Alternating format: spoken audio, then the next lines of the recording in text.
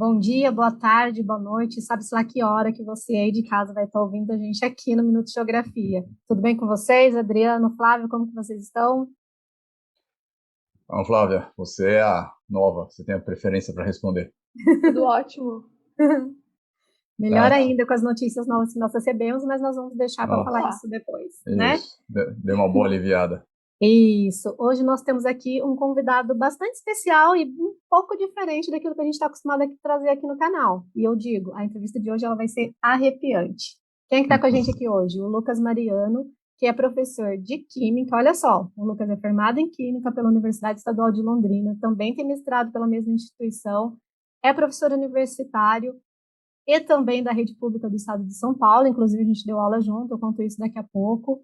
O Lucas é um leitor assíduo, eu acompanho os livros que ele lê, as indicações que ele dá lá no Instagram, e ele já lançou dois livros do gênero terror no ano de 2020. O Lucas foi aquele que levou a pandemia a sério, sabe? Eu fico em casa, então ele fez da pandemia uma pandemia produtiva e lançou ó, dois livros aí pra gente. Quais são os dois livros que ele lançou? O Rigor Mortis e o Fotografia Zumbi. Ambos os livros estão disponíveis na Amazon em formato e-book e também no Kindle. E olha só que interessante, o Lucas ele já está finalizando, ou melhor, já finalizou o terceiro livro, já está na revisão dos processos aí para sair nos próximos meses. E tem uma outra novidade também. O livro dele, Rigor Mortis, é tão bom que vai sair também em HQ. Então fiquem espertos, porque a gente tem novidade também do Lucas por aí para sair, não só o livro novo, mas também o HQ do Rigor Mortis. E eu vou falar um pouquinho como que a gente se conheceu. Eu pedi remoção aqui para Campinas para ficar um ano trabalhando, né, mais perto de casa, para não ter que ir para Limeira, porque minha sede é lá. E cheguei na escola, o Lucas estava lá. Eu sou daquelas que não conversa muito quando está chegando, mas eu olhei e vi um cara que estava com camiseta de banda. Eu falei, opa, com esse daqui vai rolar papo, porque é do rock, né? Esse daqui a gente já tem alguma coisa em comum. E aí, conversa vai, conversa vem. Ele me falou dos livros dele, eu comprei os dois e li assim, numa paulada só, né? E a gente acabou ficando amigos. Mas eu apresentei aqui o Lucas para vocês, mas a gente agora quer ouvir quem é o Lucas, mas por ele mesmo. Quem é você, Lucas? Se apresente para gente. Olá a todos, meu nome é Lucas, eu sou professor há mais de 10 anos já, na verdade é quase 15 anos que eu sou professor. Eu sempre gostei muito do gênero terror e horror, sempre, desde criança, eu vejo filmes de terror, e depois de formado eu comecei a ler e descobri que muitos daqueles filmes que eu via quando eu era criança eram adaptações dos filmes. Eram os filmes, né, adaptados, e eu comecei a ler bastante. E há 2 anos, mais ou menos, um pouquinho antes da pandemia, inclusive, né? Não foi na pandemia, inclusive, foi um pouquinho antes, eu comecei a ler tanto que me surgiu a ideia de escrever as minhas histórias, né? Mas eu não tinha a menor noção de como eu poderia escrever um livro, eu nunca tinha escrito nada, né? Sempre, inclusive na escola eu era péssimo em redação, mas eu comecei a ler tanto, tanto, que eu comecei a pegar o jeito de tanto que eu li. Comecei a pegar o jeito da escrita dos autores que eu lia e tive a ideia, primeiro, inclusive, é esse que está saindo agora, que se chama O Grito. Vai sair aí, eu acho que em 30, 40 dias ele está tá chegando. Foi a primeira ideia que eu tive e eu comecei a escrever, e óbvio que eu tive uma dificuldade enorme no começo, e depois eu tive outras ideias, mas o básico é isso. Eu comecei a ler demais e tive as minhas ideias, os meus livros, das minhas histórias. Eu falei, eu vou tentar escrever e deu certo. Ah, bacana. E assim, eu já dei spoiler, né? Já falei que você é um amante do rock, eu também gosto bastante. Acho que foi a primeira identidade assim que eu tive, porque realmente quando a gente chega num lugar onde a gente não conhece ninguém, né? A gente acaba indo meio que por afinidade nas primeiras conversas. E você, logo de cara, eu já reconheci isso. Eu falei, ah, esse gosta de rock, então, né? Vai rolar uma amizade. Mas conta pra gente um pouco das suas paixões, quais são as suas bandas preferidas, os shows que você já foi. Sabe por quê? Porque eu sei que um desses shows de rock tem a ver com o seu primeiro livro. Então, fala pra gente. As bandas que eu mais gosto são o Iron Maiden, o Guns, Aerosmith, que é praticamente a banda da vida, Metallica também, Ozzy, Rolling Stones. E eu já vi show de todas essas bandas que eu falei, fora Sebastian Bach, Kiss. Eu já fui praticamente tudo quanto é show que você possa imaginar, tirando AC/DC, que eu não consegui ir ainda, e Motorhead, que não deu tempo de ver. Do resto, eu vi praticamente tudo. E do show que você se refere, eu estava no show da banda chamada Sept, que eu não sei se vocês conhecem, e, e nesse show eu vi um cara com a camisa de uma banda chamada Rigor Mortis, que eu não sabia nem que existia. E a hora que eu bati o olho nessa camisa desse cara, me veio a ideia que é a premissa desse livro aqui.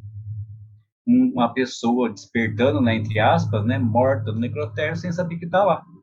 Ela está na gaveta morta e ela acorda como se ela estivesse viva e perguntando onde que eu tô, quem está acontecendo e tal. Eu tenho até a palhetinha aqui, ó, do show desse show que eu fui. Essa palhetinha o guitarrista jogou e caiu no meu pé. A palhetinha desse show da Sept. Provavelmente o Marcos estava nesse show, porque ele foi no show da Sept também. Então, foi um show em Guarulhos, esse daqui.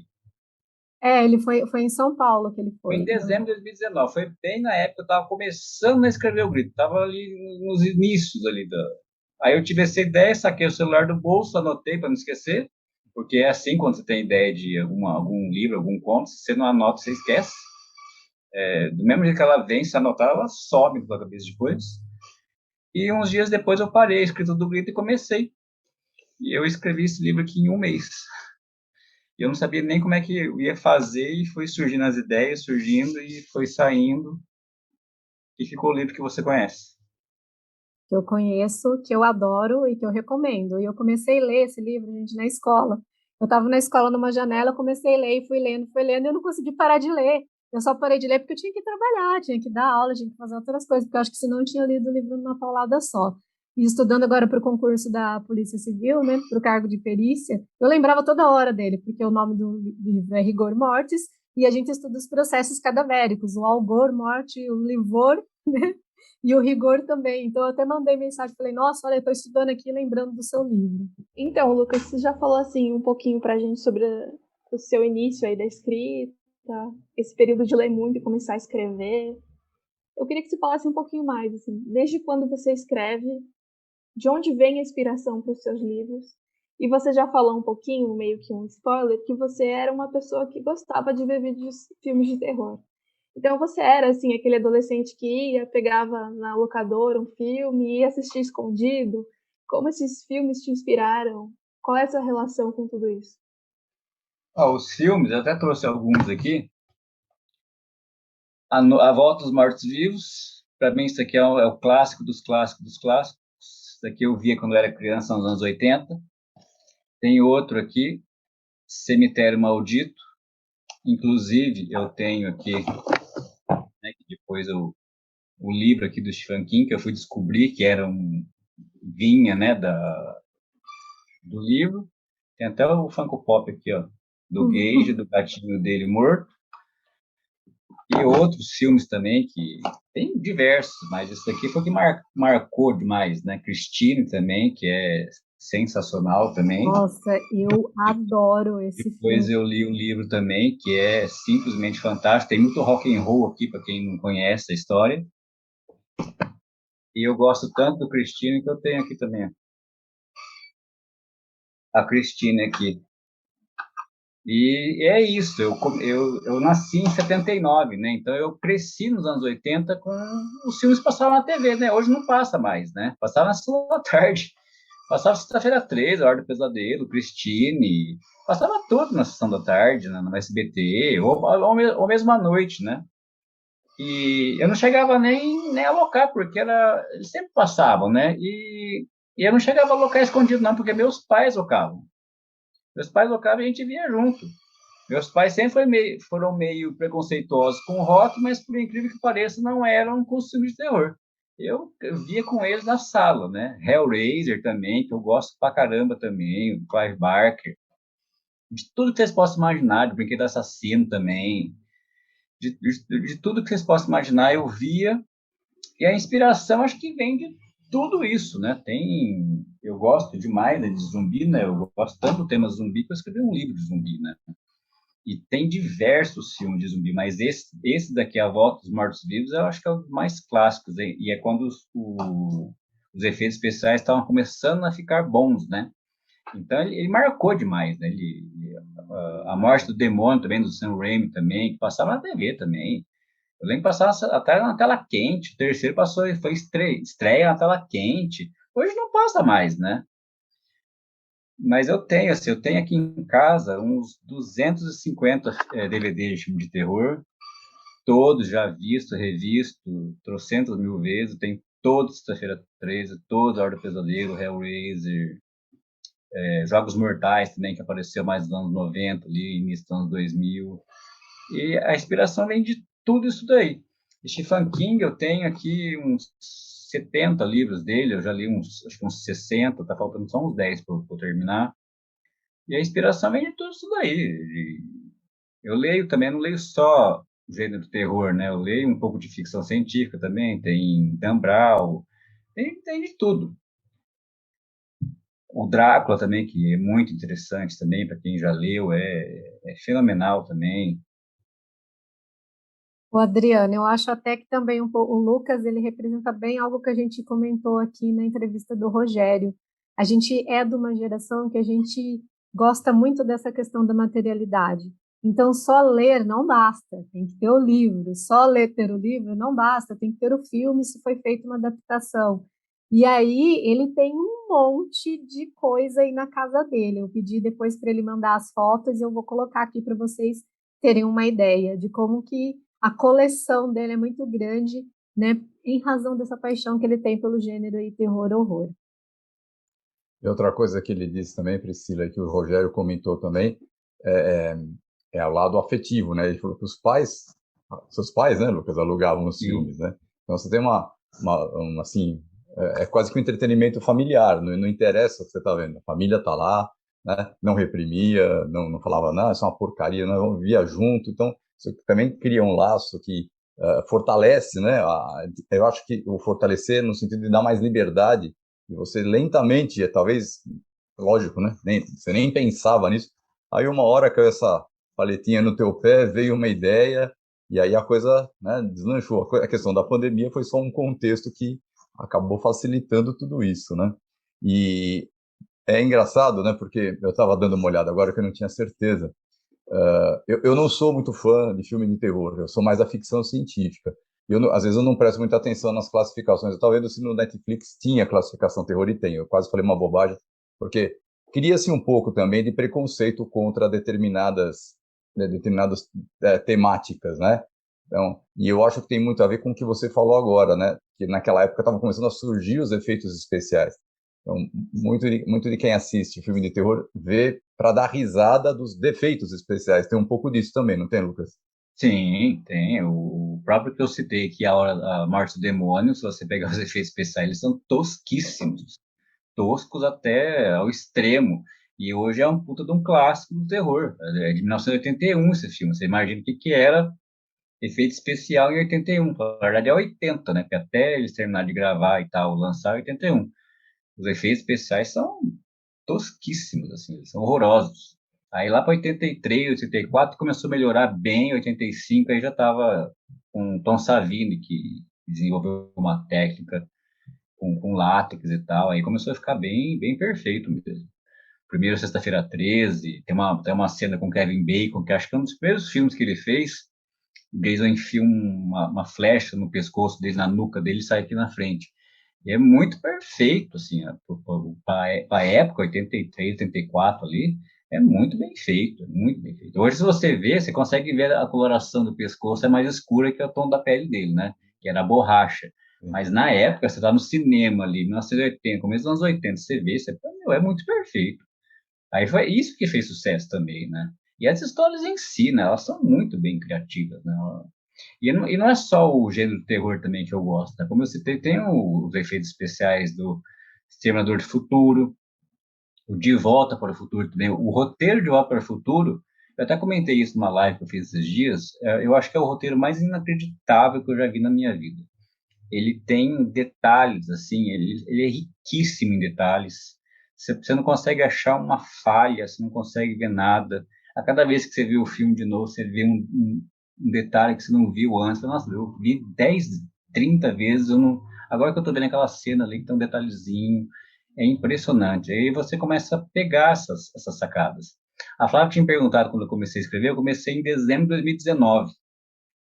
E eu percebo que a cada livro que eu publico fica mais fluido para escrever, fica mais fácil. E eu li um livro do Stephen King esses dias que é sobre a escrita. Tudo que ele indica lá, eu já tinha aprendido com ele mesmo de ler os livros dele, né? Você percebe, não tem muito que ele ficar falando. Mas tem uma coisa que ele faz até hoje, que ele faz assim, escreva todo dia. Nem que seja, principalmente assim, por volta de 2.000 palavras por dia. E é o que eu tento fazer. E 2.000 palavras por dia, se você escrever isso daí, em 2 meses, você tem um livro aí tranquilamente, um livro razoável. E voltando à história dos defeitos ou efeitos especiais, hoje eu acho que a gente tem um pouco do extremo oposto, né? Porque se baseia-se tanto na ficção científica, que é um gênero que eu gosto mais e vejo, às vezes tem tanto efeito e os roteiros não são lá dessas coisas, né? Então, você fica muito mais na técnica, no impacto visual, mas o filme, vamos dizer assim, ele é mais vazio, né? Eu acho também que isso é uma coisa do contexto, né? A gente tem muito remake, tem muito mais da mesma coisa, então o que se varia de um para o outro é a intensidade e a complexidade dos efeitos especiais. Você estava falando disso agora também, eu lembrei do sucesso que fez o Zé do Caixão depois de muito tempo, né? Os filmes do Zé do Caixão são extremamente toscos, mas nos Estados Unidos ele começa a ser reverenciado. Uma das críticas, né, que dizem assim, como é que esse cara conseguiu fazer isso com esses recursos nessa época, né? Então isso Sim. coloca ele num patamar não assim, como ele é tosco, não, nossa, como é que ele conseguiu fazer isso além, né, do que ele tinha à disposição, né? E eu acho que hoje, em geral, né, do que a gente costuma ver, tem muita repetição, porque você corre menos risco, né, de ter um fracasso. Você faz um visual mais bonito, acrescenta um efeito maior, mas as histórias, você acaba de ver um filme e fala, mas eu já vi isso em algum lugar, né? Isso também você tem notado isso no gênero do terror, Lucas? Eles começam a fazer muito remake de tudo, né? Tem remake do Sexta-feira 13, tem Na Hora do Pesadelo, já estão falando do Hellraiser, a própria Morte do Demônio, eles fizeram uma, mas que se você pegar todos eles, não chegam aos pés dos originais. Eles podem ter agora eles têm dinheiro para fazer, tem uns efeitos especiais fantásticos, mas não tem um pingo de graça, não chega aos pés mesmo, não tem nem comparação.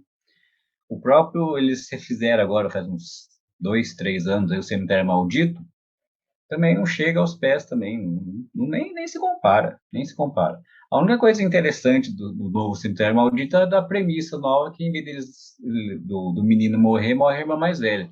Foi até interessante eles terem tido essa ideia, mas não, em termos de detalhes do livro, ficou bem, bem aquém. E como eu estava falando, né, tem muito mais a tecnologia dos efeitos especiais, fica muito melhor, mas o conteúdo não chega aos pés, não adianta.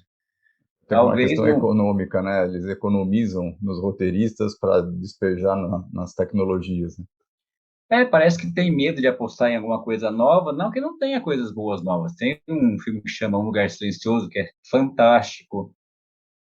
Tem outros, os próprios Jogos Mortais também, que não é tão recente, mas também não é dos anos 80, é final dos anos 90, do 2000 também é muito bom. Aí já pega os efeitos especiais, é muito interessante. Mas é uma ideia muito boa, é super interessante para quem já viu. E é isso daí, mas os principais mesmo, esses que estão sendo.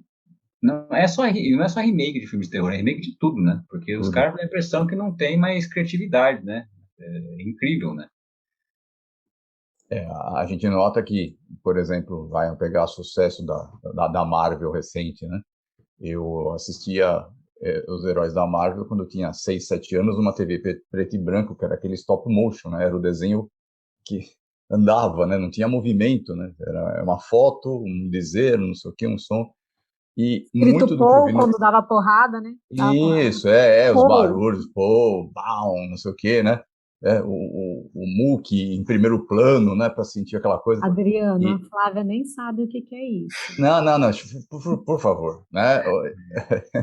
Tá? Aqui deixa o idoso falar, que aqui, né, eu sou representante da terceira idade. Mas assim, a gente tem algumas coisas, eu estou lembrando agora de outra que todos esses, né, lá dos anos 60, 70, acabaram sendo aqueles mesmos que participaram da melhoria dos efeitos especiais a partir dos anos 80, 90, né? E tinha o famoso Thunderbirds, né, que eram as marionetes, né, e a gente ficava assistindo porque era absurdamente, assim, você vê hoje, você fala, nossa, como é que esses caras imaginaram isso lá nos anos 60, 70, né? E hoje muita gente assiste esses mesmos filmes procurando achar os fios das marionetes que apareciam na movimentação, virou um cult para isso. É a mesma coisa que você falou, o pessoal fica vendo, você falou De Volta para o Futuro, eu vi recentemente uma crítica, porque se ele foi para o passado, se ele foi para o futuro e mexeu lá, ele interferiu no passado, então isso não seria possível. E os caras vão precisar de anos, né, esmiuçando lá para descobrir algo, talvez não quântico, que justifique uma crítica. Então, assim, você já falou também muito do Stephen King, que né, todo mundo uma pessoa assim, mas que outros, né, escritores se influenciaram, que outras pessoas dentro do terror menos conhecidas, e não por isso menos importantes e de menos qualidade, você pode falar para nós? De terror tem o Clive Barker, para quem não conhece, foi o cara que escreveu o Hellraiser, Candyman também, e tem outros livros aí que não são... Ele não, obviamente, acho que ele não tem nem 10% que o Stephen King escreveu, mas não deixa de ser importante. Então, o Bram Stoker também, que escreveu Drácula, e tem outras obras dele também, que eu li algumas, mas o grosso modo mesmo de terror é o Stephen King. Tem outros escritores também, Dan Brown também, eu gosto muito da escrita dele.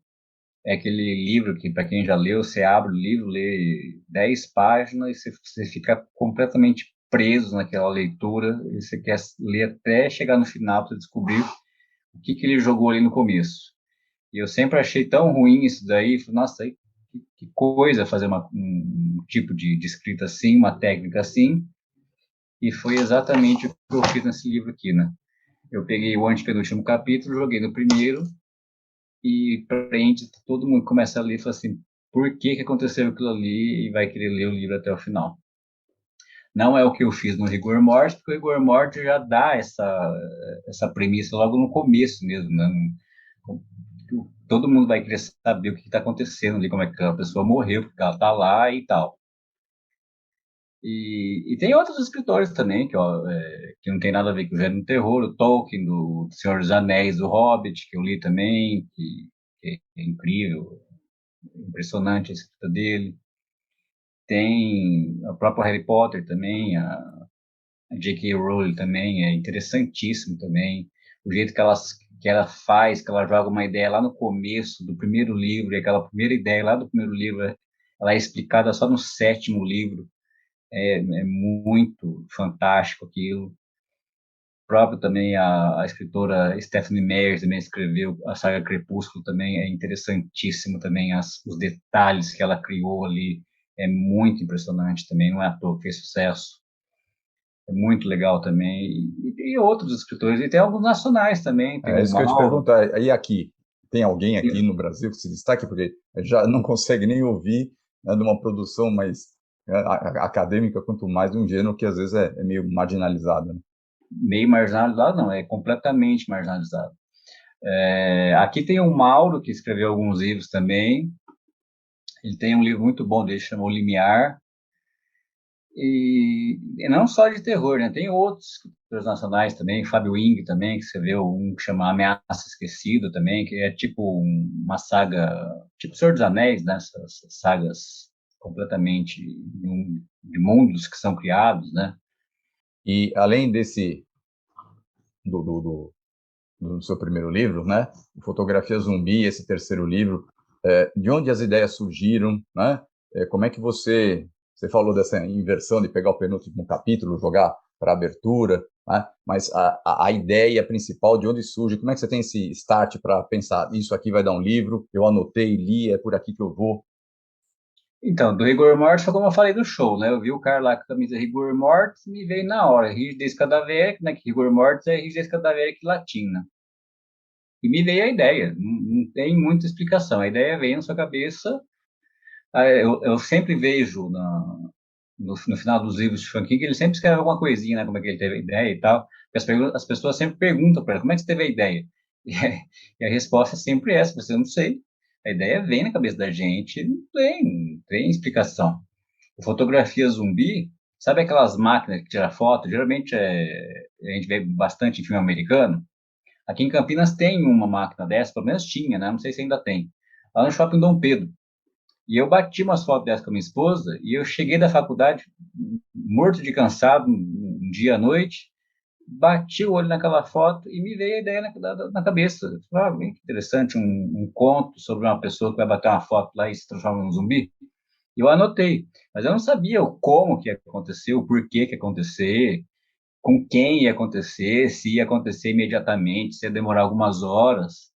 Eu até pensei, aqui no meu livro ele demora algumas horas para o processo acontecer, né? Eu até pensei na pessoa se transformar no zumbi na hora, mas aí eu fiquei com preguiça de escrever a transformação do zumbi ali com o povo dentro do shopping. Falei, ia dar muito trabalho escrever isso, né? Aí eu demorei um pouco, a transformação demorou ali algumas horas, geralmente ali umas 12 horas, aí eu consegui fazer um enredo e tentar explicar, assim, do porquê que algumas pessoas eram susceptíveis a isso e outras não.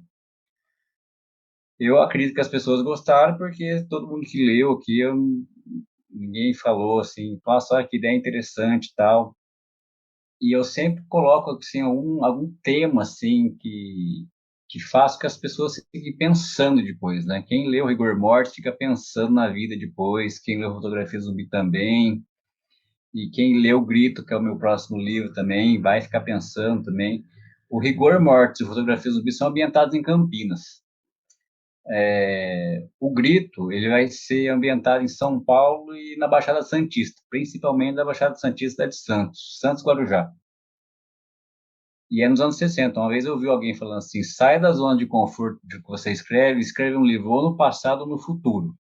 E realmente, escrever um livro no passado, ali, anos 50, 60, ali, dá um trabalho gigantesco, porque tudo que você vai pensar, você fala, mas será que já tinha? Você vai tentar falar, fala para ele avisar tal pessoa. Não era todo mundo que tinha telefone nos 60. Vai pegar um carro, não é todo mundo que tinha carro. Aí você fala, mas e se for de ônibus? Mas será que já tinha ônibus? Ou era um bonde, ou era alguma coisa do tipo? É bem complicado ser anos 60, pelo mercado de moeda e tal, ou era cruzado, ou era cruzeiro, dá muito trabalho, é bem difícil mesmo. Mas ficou bem interessante. O trabalho de pesquisa, muitas vezes, as pessoas não consideram isso, né? Você escrever um livro fora do tempo, para o futuro talvez mais fácil, porque, né? Mas no passado vai sempre ter alguém falar, não era assim, eu vivi nessa época, não era desse jeito, né? Mas tem uma professora na escola que eu dei aula com a Priscila que ela me contou algumas coisas dos anos 60 ali. Era o que eu tinha imaginado. Algumas coisas ela até me ajudou depois, mas eu já tinha até colocado e era o que eu tinha imaginado mesmo. Inclusive, até precisei pesquisar o quanto que era o preço de uma geladeira na época. Eu fui achar num jornal que era tão caro que as pessoas vendiam geladeira até usada no jornal. Aí eu consegui ver mais ou menos o preço ali no jornal. Falei assim, acho que vai ficar mais ou menos isso daqui. Porque era difícil, carro, também para você ver preço de terreno, de casa de aluguel, quanto que era um aluguel, por exemplo. É bem complicado de se achar. Até eu conseguir no máximo ali achar quanto que era o salário mínimo, porque isso aí tem, né? Site de IBGE, essas coisas, né? Todo ano tem o preço do salário mínimo. Mas você percebe que a inflação na época comia tudo, o poder de compra, que a gente tá sofrendo agora de novo, né? E é isso Exato. aí. Eu Você falou escrevi o livro. só você falou de geladeira usada, é difícil de achar, porque naquela época não se trocava fácil de geladeira. A geladeira eram verdadeiros tanques de Sim, guerra, né? Eu brinco com os alunos que se você entrar na geladeira daquela e fechar e tiver uma explosão nuclear, você está blindado, sim, né? sim. Meus pais levaram 25 anos para trocar a geladeira no Aqui em casamento casa deles, né? também. A TV, eu cresci com a TV em casa, eu saí na faculdade e estava mesmo TV em casa. Casa também. Sabe uma coisa que é interessante nos livros do Lucas? Pela primeira vez eu li livros em que eu conhecia totalmente o local. Então, quando ele falou que é ambientado em Campinas, né?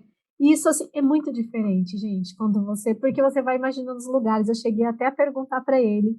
Quando eu estava lendo Rigor Mortis, eu falei assim, não, bom, fotografia zumbi, é óbvio que aquilo não aconteceu, né? Mas quando eu estava lendo Rigor Mortis, eu cheguei a perguntar para ele, você pegou essa história da realidade? Isso daqui realmente aconteceu? Aí, porque a gente confunde meio. Ah, mas será que aconteceu? Eu cheguei, e como eu gosto de pesquisa, eu cheguei a procurar na internet para ver se tinha acontecido algumas das situações que ele relata ali no livro. Bom, já que a gente está falando aqui do livro do Lucas, o Fotografia Zumbi, eu queria comentar uma coisa. Um dos personagens, ele provoca assim, um desconforto muito grande na hora da leitura. E o motivo é porque se trata de um pedófilo. Eu não vou falar mais do que isso. Se você tiver interessado na história, compre o livro, tem disponível ali na Amazon, ou entre em contato com o Lucas para você ler, porque ó, o livro é muito bom e eu recomendo. Mas eu lembro que eu estava assistindo uma entrevista sua no Instagram, Lucas, e você foi questionado naquele momento se colocar situações dessa forma, assim, bastante desconfortantes no livro, se era uma boa, né? E aí eu te pergunto, o que que você acha, Lucas? É importante a gente trazer essa realidade que existe para dentro do livro? É, a arte, ela imita a vida? Eu acho o seguinte, né? As pessoas acham que se você não falar a respeito de pedofilia, de estupro, de racismo, eles não vão acontecer mais, né? É engraçado, né? Então, assim, quando eu terminei de escrever o Fotografia Zumbi, como você disse, tem uma relação lá de um pai que abusa da própria filha. Quando eu terminei de escrever, eu até pensei em tirar aquele núcleo de personagem, porque meus capítulos eles são assim, né? Então tem o núcleo um, 2, 3, 4, 5, 6, eu fico dando um ciclo, né? Eu até pensei em tirar esse núcleo, falei assim, vai dar muita repercussão negativa isso daqui, só que daí, porque você que lê o livro, você percebe que no final ele começa a se entrelaçar. Aí ia dar muito trabalho, eu ia ter que reescrever aquele final. Eu falei, não, vai ficar assim mesmo, e quem não gostar, paciência. Mas é engraçado, porque eu coloquei lá um pai pedófilo que abusa da filha de uns 12, 13 anos, e as pessoas acham pesado. Não, você não pode falar isso, isso é muito pesado, não sei o quê. E eu faz acho que um mês atrás, mais ou menos, uma cidade chamada Penápolis, aqui no estado de São Paulo, uma bebezinha de 10 meses foi morta, estuprada pelo padrasto. Então, assim, não é nem questão que a arte imita a vida imita a arte ali, é 10 vezes pior na realidade, porque o que eu fiz ele parecia que era pesado no livro, tem coisa muito pior, muito pior. O último feminicídio que teve aqui em Campinas, ela é irmã de uma ex da minha aluna lá do Procópio. Essa que morreu com 12 facadas aí num conjunto aqui em Campinas, que faz o quê? Umas 2 semanas. Foi a primeira, inclusive, que eu ouvi falar que eu tenho uma certa proximidade, assim. É surreal o negócio. Porque você escreve esse tipo de violência, as pessoas ficam se questionando assim, você não deve falar disso, você não deve romantizar essas coisas. Como se você não falasse, não fosse existir. Então, eu acho que tem que falar sim, tem que falar sim. Não é Tem nenhuma um questão de certo. romantização, é de denúncia mesmo, né? No livro Rigor Mortis você também aborda um outro tema que é polêmico, que é a questão do feminicídio. Então, eu acho que essas coisas Sim, têm que ser faladas. e é tão louco que do jeito que eu descrevi no Rigor Mortis, uns tempo depois aconteceu exatamente igual na cidade americana. Depois eu te mando o link para você ver. Eu tomei até um susto. Falei, nossa, dá a impressão que o cara leu e fez lá. Eu falei, não, mas ele não leu, não. Aconteceu mesmo. É impressionante. Eu até achei do jeito que eu fiz no livro, que eu acho que tinha exagerado. Não, ele fez também da mesma maneira. É um negócio impressionante. Parece que você escreve e acontece, ou acontece assim. É um negócio inacreditável. Como tem, né? Como tem, nossa, como tem criança abusada nesse país, nesse mundo. E o próximo também vai ter também. O Vitor também tem muita denúncia desse tipo também. como tinha falado para a Priscila, nos meus livros eu evito falar de política, eu evito falar de time de futebol. Mas a Igreja Católica, ela tem, assim, eu tenho um carinho muito grande por essa instituição, sabe? Então eu falo um monte dela, eu arrebento com essa Igreja Católica, eu falo mal dela no Grito, eu falo mal dela no Fotografia Zumbi, e principalmente no próximo livro aí, até a Priscila, você não vejo a hora de ler, porque eu peguei pesado, não, eu falo falar bem a verdade, eu falo o que tá, não tem nada mais ali que eu não inventei nada, só tá assim, é fictício do jeito que eu escrevi, mas o que eu narro ali aconteceu e muito, e deve acontecer até hoje. A realidade é muito mais violenta que a ficção, né, Lucas? Isso não tem a menor dúvida. Acho que o incômodo são das pessoas perceberem isso, né? E aí, então, eu queria fazer algumas colocações, assim. É, a questão dos zumbis, né? Até fazendo aqui uma homenagem à nossa primeira entrevistada aqui, que foi a Tatiana Capelano, minha sobrinha. É, adora filme de zumbi, é uma fã da temática zumbi. E, ao mesmo tempo, a Tatiana é uma pesquisadora sobre trabalho e doença mental, né? E quando você pensa nisso, quando você está trabalhando demais, se você não vive, é comum as pessoas dizerem você está vivendo que nem um zumbi, né? Seria essa coisa, por exemplo, que essa identidade que faz tanto sucesso, por exemplo, de uma série como Walking Dead e a temática zumbi, as pessoas se identificarem, mesmo, vamos dizer, com aquele exagero, né? Quando você constrói a figura do zumbi, mesmo visualmente. Você sabe que eu tenho uma teoria que, assim, isso é perceptível, né? As pessoas gostam do tema zumbi, né? Não tem quem não goste. É muito difícil você encontrar uma pessoa que não goste de assistir um filme de zumbi. E eu tenho uma teoria que as pessoas passaram a gostar do tema zumbi por causa do Michael Jackson, por causa da música Thriller e do clipe Thriller. Eu acho, né? Na minha opinião mesmo, que eu acho que as pessoas passaram a gostar do tema zumbi por causa do Michael Jackson, por causa da música e por causa do clipe que ele fez, aquele clipe é simplesmente épico, né? E já eram os efeitos especiais de 80, 81, né? Aquela música. E é incrível, você pega aquele clipe para ver hoje, você fica impressionado, arrepiado, e se você pegar para ver a cronologia, os filmes de zumbi, elas começaram a ter bastante sucesso logo depois. Inclusive, tem até um que eu tenho aqui em casa, acho que é o segundo dessa trilogia aqui, que tem até um zumbi que aparece com ele, negro, com a jaquetinha vermelha, igualzinho ele.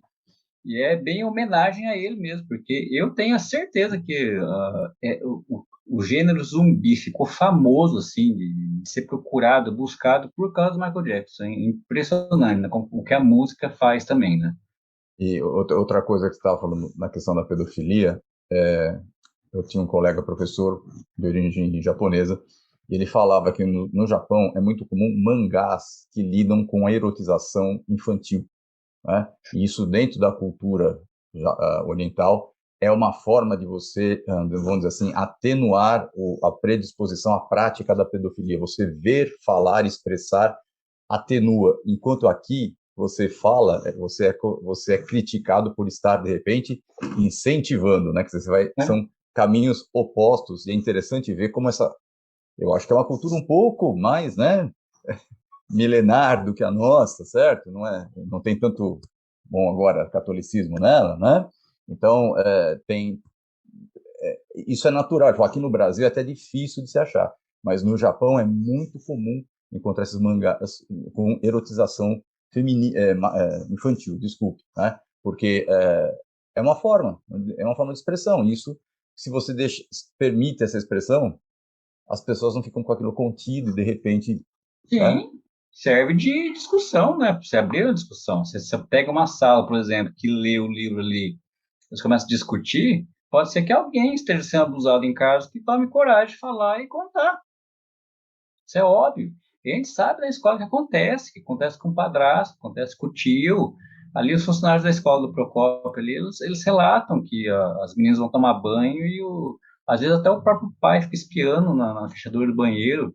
É absurdo o que acontece ali. E pior que é difícil você se meter, né? Como é que você vai falar alguma coisa? Você vai denunciar um negócio que você só ouviu falar ali? É complicado, né? Mas se a criança chegar e pedir ajuda mesmo, né? Pra você tentar fazer alguma coisa. A gente sabe ali, tem N histórias, né, na escola. Em qualquer escola que você deve trabalhar aí, vai ter história de todo tipo, de tio, de irmão, de primo, de todo tipo. É incrível como os alunos, às vezes, por a gente tocar nesses assuntos dentro, né, de um contexto de aula, eles se aproximam, né, e vem se Sim, confessar entre nós, né? A nossa entrevista com o Carlos Rogério, ele contou isso nos professores de literatura, tem muito essa questão dos alunos procurarem para discutir, porque a literatura vai abordar diversos temas, né? Mas qualquer tipo de literatura pode ter esse alcance, né? Então, seja uma literatura mais, vamos dizer assim, clássica, ou uma literatura de terror, uma ficção científica, isso pode também ser um fator importante para dar coragem para essas pessoas, como hoje eu estava lendo uma reportagem da BBC falando dos estupros de soldados, de homens, né? É assim, são muito mais abafados, né? Do que quando você tem uma ocupação militar numa área e as mulheres são estupradas, porque é o ataque à masculinidade, é o ataque ao poder e tudo. Os relatos são absurdos, são coisas monstruosas, né? Assim, mas eles existem, eles estão aí. Você lê um negócio desse, você fala, não teria livro de terror e de ficção capaz de imaginar isso. A realidade é muito mais tenebrosa. E só mais uma coisinha, aí eu termino as minhas observações. O título do seu terceiro livro, O Grito, eu não sei se você sabe, se você já pesquisou,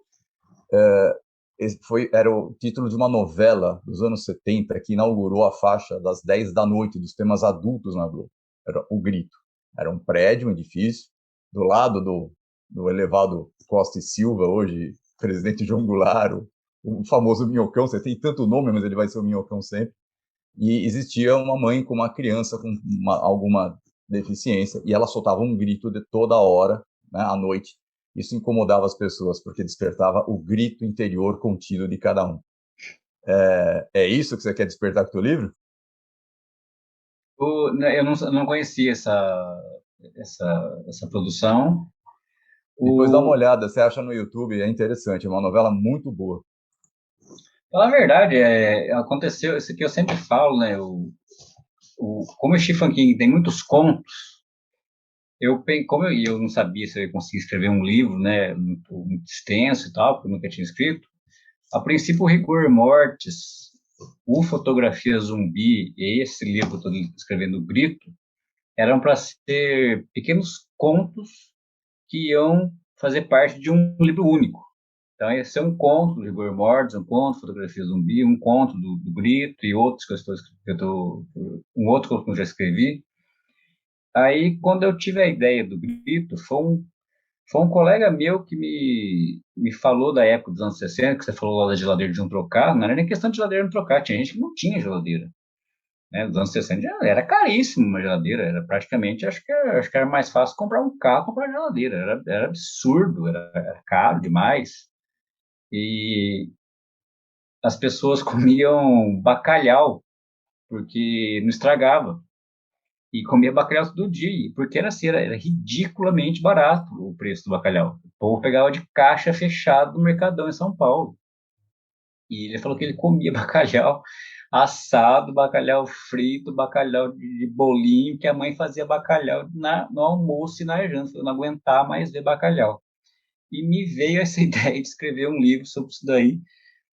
Por isso que eu coloquei os anos 60, porque ele tinha que ser um período que era difícil uma pessoa ter uma geladeira em casa.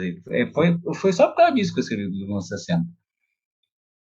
Mas eu não posso ficar falando aqui por causa do título, porque eu vou dar spoiler aqui, mas era para ser assim um continho assim de 10 páginas e eu comecei a desenvolver lá nos anos 60, ele falando da infância do personagem, aí ele começa a ficar mais velho, aí o pai resolve mandar ele para Santos, daí eu comecei a escrever toda essa trajetória, daí eu já inventei um outro personagem lá que já estava em Santos, aí eu já inventei que esses dois iam para o Porto de Santos para trabalhar de carregador, e o que você estava falando lá de pesquisar, você não consegue achar nada da época, mas como é difícil, você não acha nada. Eu peguei bem a época da pandemia, cheguei até a descer em Santos com a minha esposa, tentar ver como é que era o Porto de Santos, ali, o que transportava, é difícil de achar, é difícil de ver tudo, mas eu consegui pegar mais ou menos um pouco. Tinha até acho que um museu em Santos, mas estava fechado para da pandemia, não consegui ver.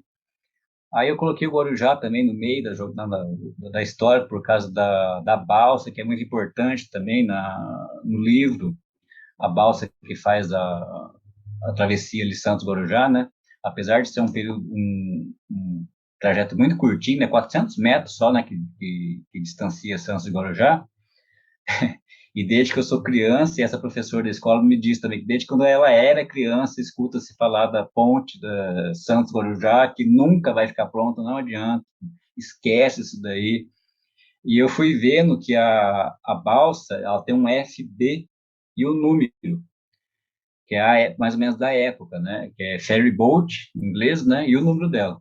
E nos anos 60, essas ferry boats eram de número 8, 9, 10 e 11. E é as que eu descrevo lá. Eu não consegui pegar muita foto, assim, da época, não consegui achar.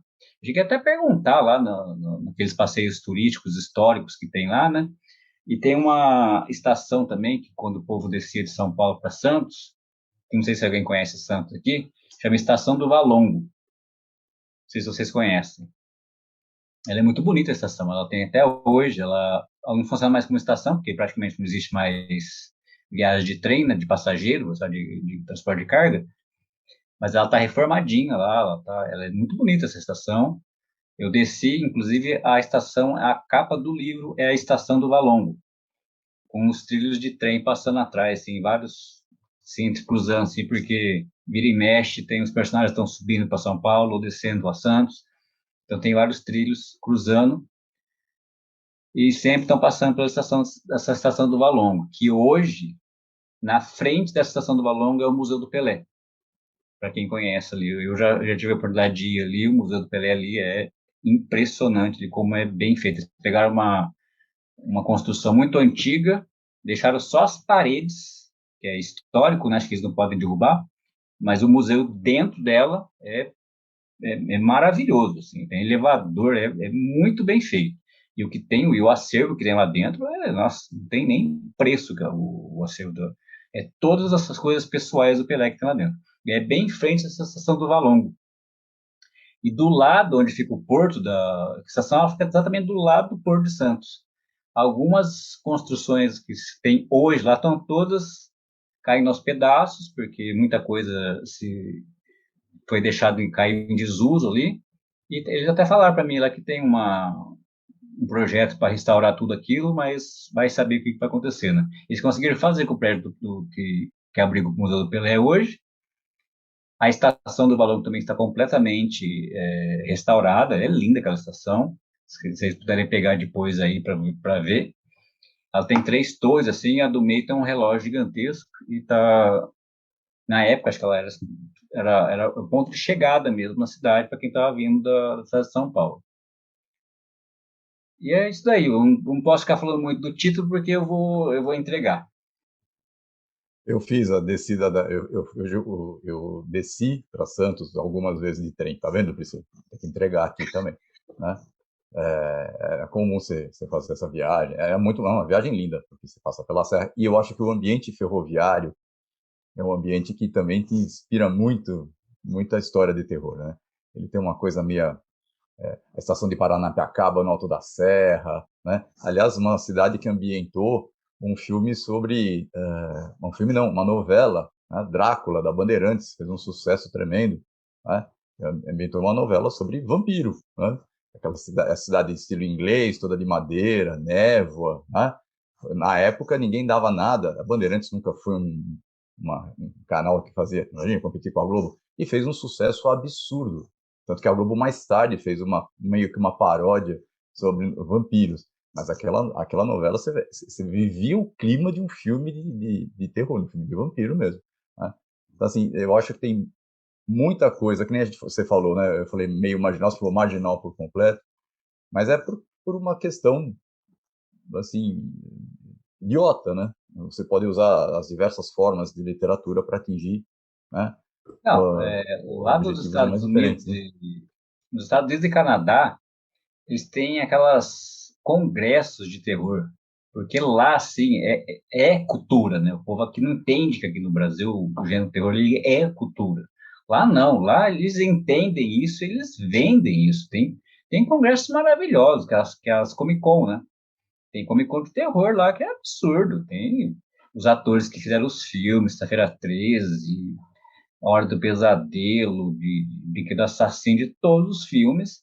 E as pessoas assim, elas são taxadas de idiota. Aqui no Brasil, são taxadas de idiota, né? Quem gosta de terror e horror e escuta rock, né? E as duas coisas que eu gosto ainda, né? Você é taxado de retardado aqui no Brasil, né? E lá fora não, lá fora é um puta de um tema maravilhoso que dá dinheiro, né? Aqui no Brasil dá a impressão que não vai para frente, né? Fala de filme de terror, essa porcaria aí de terror. Mas o povo não entende. Geralmente esses filmes de terror são obras adaptadas, são obras riquíssimas, né? Você pega It, por exemplo. Você pode não gostar, mas é um livro de 1.100 páginas, meu, é um negócio espetacular para quem já leu. Não sei se vocês já leram. Tem 1.100 páginas aquele livro. Tem detalhes lá que o remake que eles fizeram são 2 partes de 2 horas e meia que não tem metade do que está no livro. E tem quase 5 horas do filme. E mesmo assim tem coisa. Eu comecei a ler e falei, nossa, mas isso aqui nem passou perto de ter sido colocado no filme, porque senão ia ter o capítulo 3, capítulo 4, capítulo 5. Mesma coisa do Senhor dos Anéis. Você pega lá, tem 2 horas e meia, 3 horas, e ainda tem uns pedacinhos que ficar de fora ainda, porque, meu, é riquíssimo a narrativa, né? E o povo acha que no Brasil ainda é isso daí, né? Retardado, tonto, isso daí é um filme idiota, mas se você for ver mesmo, você pega os próprios Jogos Mortais, é uma premissa maravilhosa atrás do filme. Para quem viu, sabe o que eu estou falando. Não é assim, um cara vai lá e começa a matar um monte de gente à toa. Não, ele tem câncer e ele descobre que o plano de saúde dele não vai cobrir o câncer dele, não tá nem aí para ele, e ele tem dinheiro. Então, assim, mas não é porque eu tenho dinheiro que eu não interessa. Ele ficou indignado com aquilo e ele começa a ir atrás das pessoas que não dão valor para a vida, né? Não sei se vocês conhecem a história. E até ele chegar lá no manager do plano de saúde dele, que foi o que negou o plano dele, o atendimento dele. E acho que, se não me engano, acho que lá na parte 6 que chega. Você vai vendo assim, uma sequência, mas muito bem moldado. É a impressão que você fala, essa porcaria, esse filme aqui, o cara começa a matar por matar. Não, é muito bem feito. Se você parar para pensar assim, uma pessoa não vai cortar o próprio braço para salvar a vida. Dependendo do momento, ela vai cortar o braço fora assim para salvar a vida dela. Sim. Você não está no meio ali para saber se sim ou não, vai saber. Ah, não vai cortar a pele, vai arrancar o olho para pegar uma chave, para abrir um cadeado. Você não sabe, você está no momento, você tem 60 segundos para pensar.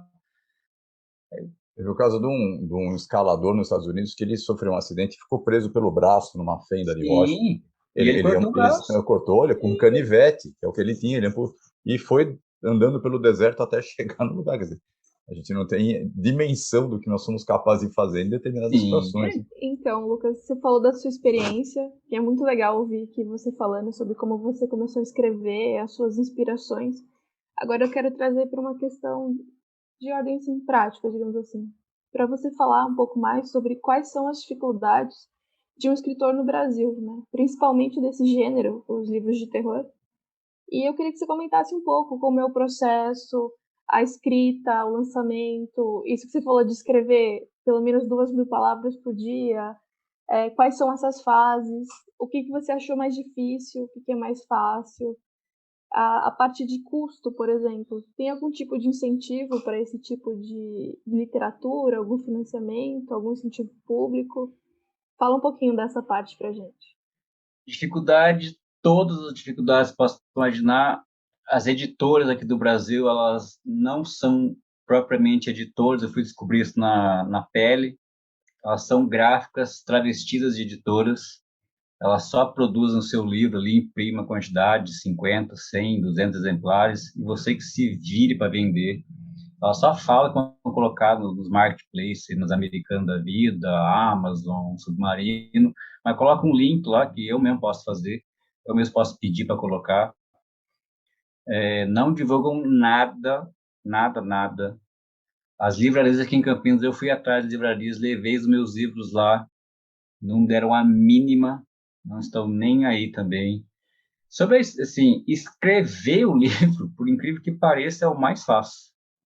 Escrever, eu terminar, fechei, coloquei as 3 letras da FM, fim, essa é a parte mais fácil. Eu não tinha experiência, né? Você acaba pegando ali, pesquisei algumas editoras, né? Que eu achava que era editora, paguei um preço caro, não ficou ruim para quem tem o livro na mão ali, ficou bem feito. Não é o caso de ter ficado mal feito e tal. Mas eles não dão apoio nenhum, de apoio financeiro de governo, esquece, zero, tem apoio nenhum. Tem gente que também, a maioria das pessoas não dão valor, você fala lá um preço, e dá 50% de desconto. Interessante, né? Claro, 50% de desconto, né? Se soubesse o preço que custa para fazer. Aí, assim, você termina de escrever, agora esse, o terceiro, eu fiz por conta, né? Eu procurei pessoas para corrigir, por exemplo, porque eu não sou professor de português, eu sei escrever, mas você tem que passar por uma correção, e eu não tenho know-how para corrigir um texto e ele ficar 100%.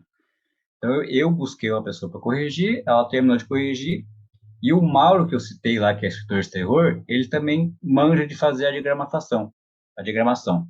Então, ele está fazendo a diagramação para mim, pegando o ISBN, que também não é difícil você gerar um número de ISBN. ISBN é aquele númerozinho que fica aqui atrás. sim. Gerar esse número de ISBN também não é difícil, você tem que ter um número para o livro físico e um número para o livro digital, que também não é difícil. Então, eu mesmo estou indo atrás de tudo isso e eu vou mandar para uma gráfica que chama Booktube. Aí essa é gráfica mesmo, não é editora, né? Aí eu vou pedir para fazer lá, eu vou conversar com as pessoas que já me conhecem, quem for pegar mesmo, se for 50, 100 exemplares. O que eu percebo é que quanto maior o número de exemplares, mais barato fica cada um. Tentar imprimir o número que eu consiga vender bem. E eu mesmo vou colocar o e-book na Amazon, que é o que praticamente só tem a Amazon hoje com o e-book, né? Até outras editoras e outras livrarias tentaram fazer um e-book próprio, mas não adianta, né? Bater Com a a Amazon Amazon, não. é praticamente impossível. Então, acho que eles desistiram. Então, eu mesmo vou colocar na Amazon, coisa que eu fiz aqui com os meus 2 primeiros. Mas é isso aí, apoio zero, é super difícil. Não tem editora que por exemplo, mas você não vendeu seu Rigor Mortis por R$ 10.000 uma editora? Se não der nem 500. Esquece, não dão nada, nada, nada. Não é igual lá fora. Acho que quem ganhou US$ 200.000 com Carry lá no final dos anos 70. Meu, aqui não existe isso. Aqui você esquece. Aqui ou você publica por conta ou você não vai publicar. Principalmente o gênero terror, né? Que é o mais marginalizado que tem. Não adianta. É o mais marginalizado que tem. Mas isso daí é para tudo também. Aqui no Brasil, as editoras não adianta. Elas não investem, elas não acreditam, sabe, no escritor. Não adianta. Eles não querem. É o que eu falei, são gráficas travestidas de editoras. Não tem uma editora aqui no Brasil que compra o teu livro, por exemplo. Isso aí não existe. Agora eu estou percebendo que fazendo o meu por conta, tá ficando muito mais barato. Nossa, mas infinitamente mais barato. Mesmo porque, ó, Rigor tem 50.000 palavras. Fotografias do Zumbi tem 100.000 palavras. O Grito tem 240.000. Ou seja, ia ficar muito mais caro. E por incrível que pareça, está ficando mais barato fazer isso por conta, porque eles querem só ganhar nas tuas costas, literalmente mesmo. Não estão nem aí. E tanto que quando eles colocaram Rigor Mortis na Amazon, o livro físico, eu falei assim, eu vou comprar um, ver quanto tempo demora. Não chegou até hoje. Porque eles colocam o link lá e não tem o livro. De que adianta colocar o link lá e não ter o livro? Então, isso aí para eles é divulgação. Então, Ai, gente. para fazer assim, eu mesmo faço. Eu coloco o livro lá, eu mesmo vendo por conta, tem um Instagram lá que eu tenho um número X de seguidores, eu consigo um número razoável. Hum. Tentar imprimir 100 do Grito e vender. Mas faz uma Até as piada, próprias né? Um editoras de país que verdade não fazem isso. investe em ciência, não investe em educação, obviamente não vai investir em arte. Então, assim, é Eu, mais do que a, esperado isso. a Flávia perguntou lá se tem algum estímulo. Eu não sei que país que eu vi, não sei se é Suécia, Finlândia, que se uma pessoa escreve um livro, o governo federal compra 1.000 exemplares e distribui nas bibliotecas das escolas para incentivar a pessoa, né? Igualzinho aqui. Aqui é assim também. Só que é o multiverso. Até a Priscila comentou na escola, falei, nem a diretora deu valor, né? Falei, pois é, tá nem aí É para tipo um pessoa, nada. multiverso que não deu certo, né? Se É você isso. tiver 1 quilo em barras de ouro, o MEC tá distribuindo para você, viu, Lucas? Sim. Ai, Lucas, a gente está chegando então aqui, né, nos momentos finais da nossa entrevista, e eu queria pedir para você fazer algumas indicações de livros para quem é aí amante do gênero e aproveitar também e já fazer as suas considerações finais. Ó, de livro, que as pessoas ficam assim, sempre escutam falar de Stephen King, né? E fica assim, ah, mas eu tenho medo de ler Stephen King e tal. Realmente, O Cemitério Maldito é um dos livros mais pesados dele. It também é bem pesado e é muito grande. Quem quiser ler Stephen King, que quer descobrir quem é e tal, tem um que chama Olhos de Dragão, que não é tão terror assim. É bem tranquila a leitura. Tem outros também que já é um pouco mais pesado e tal, mas é mais tranquilo para ler, que é um livro um pouco mais curto, chama Ascensão. É bem tranquilo também. Tem outro que é bem recente também, chama Mister Mercedes, dele também. É bem tranquilo. Tem um que chama Quatro Estações, que esse livro Quatro Estações são 4 contos, que de tão incríveis que são, 3 eram filmes de sucesso. Aquele filme Conta Comigo, o outro que chama O Aprendiz e o outro Um Sonho de Liberdade. Tem só esses contos nesse livro, e é impressionante. Também, se você for ver, nem tem tanto terror assim. São desses daí de Stephen. E de considerações finais, o terceiro livro está para chegar. Ele se chama O Grito, é ambientado nos anos 60, na cidade de Santos, na Baixada Santista. Como você falou no comecinho, um leitor do Rigor Mortis, que gostou muito do livro, propôs fazer uma história em quadrinhos da história. Ela está sendo desenvolvida, está com uma arrecadação na Catarse. Está lá no meu Instagram também, quem quiser ajudar. A partir de R$15, se for só para fazer uma doação, ou 50, vai receber um exemplar quando ficar pronto, lá para junho, julho, está ficando pronto. Tem mais ou menos, a gente vai dividir em 2 exemplares de mais ou menos 100 páginas cada um. Sim, e na época ele perguntou para mim assim, se eu deixaria ele fazer, o que eu achava, se eu permitiria, autorizaria. Eu falei, você é óbvio que eu sou isso, para mim foi uma honra fazer a minha história que eu idealizei lá atrás, ver ela virar uma história em quadrinhos. E você viu algumas páginas, né? Tá ficando simplesmente inacreditável. O traço do artista, o Herrero, eu fico impressionado como que ele consegue fazer aquilo. Ele faz uma página por dia. Não uma ideia. Trabalho desgraçado que dá. Mas está ficando fantástico, assim, é muito gratificante você ver assim, o seu livro ali ser idealizado. Parece que ele lê a tua mente, assim, exatamente o que você pensou, assim, tá sendo feito ali. Tem um outro livro que eu escrevi, que eu só preciso dar mais uma olhada ainda, e tem um quinto que eu estou escrevendo, já que já aproveitei que eu estava de licença-prêmio na escola, e peguei aí, usei a técnica dos franquinhos, tentar escrever de 2 a 3 mil palavras por dia, assim, e já está com 90 mil palavras já, e acho que vai ficar um pouquinho maior que o Fotografia Zumbi. Tentar não escrever um livro muito longo, porque o Grito ele vai ficar com mais de 900 páginas. Então, assim, já vai ficar caro, aí o povo já começa a reclamar que é muito caro. Então, assim, tem que tentar escrever um livro um pouco mais curto, né? Mas é isso. Eu vou deixar tudo aqui depois para quem quiser ajudar, entrar lá no Catarse. Eu já contribuí, eu vou querer um exemplar assim que sair. E, ó, Lucas, eu estou esperando a segunda parte do Rigor Mortis. Porque Tem o esse Rigor Mortis final ainda. tem que ter segunda parte. Mas é isso. Então foi um prazer tê-lo aqui com a gente, Lucas. E sinta-se à vontade para voltar aqui para conversar com a gente mais vezes a respeito dos seus livros, a respeito das suas publicações. Eu E é agradeço o convite, eu adoro falar do tema, eu fico horas e horas e horas falando. Se vocês quiserem, quando eu lançar o Grito ou os próximos aí, é só me chamar que eu topo. Tá marcado, eu estou aguardando o Com grito, porque certeza. sou dos Também já anos tô. 60 e trabalhei em Santos durante um bom tempo, então Olha quero ver só a muita coisa mesmo. identificação que eu falei, ó, que Ó, você vai sentir lá. ao ler. É isso, então. Muito obrigada e até a próxima. Tchau, tchau. Tchau, Lucas, um abraço.